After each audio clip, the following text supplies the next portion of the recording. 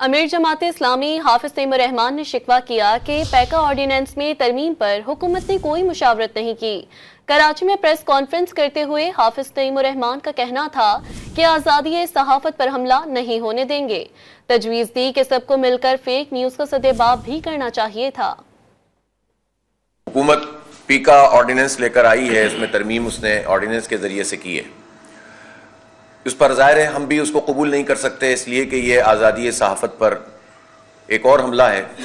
بڑی بدقسمتی کی بات ہے، جس کی حکومت ہوتی ہے وہ یہ سارے کام کرتی ہے۔ 2016 میں نون لیگ کے زمانے میں یہ پیکا آرڈیننس آیا تھا، اس کے بعد عمران خان صاحب کی حکومت میں بھی اس پر پوری طرح امپلیمنٹ بھی کیا گیا، ترمیمیں بھی لائی گئیں اور کئی صحافیوں کو گرفتار بھی کیا گیا۔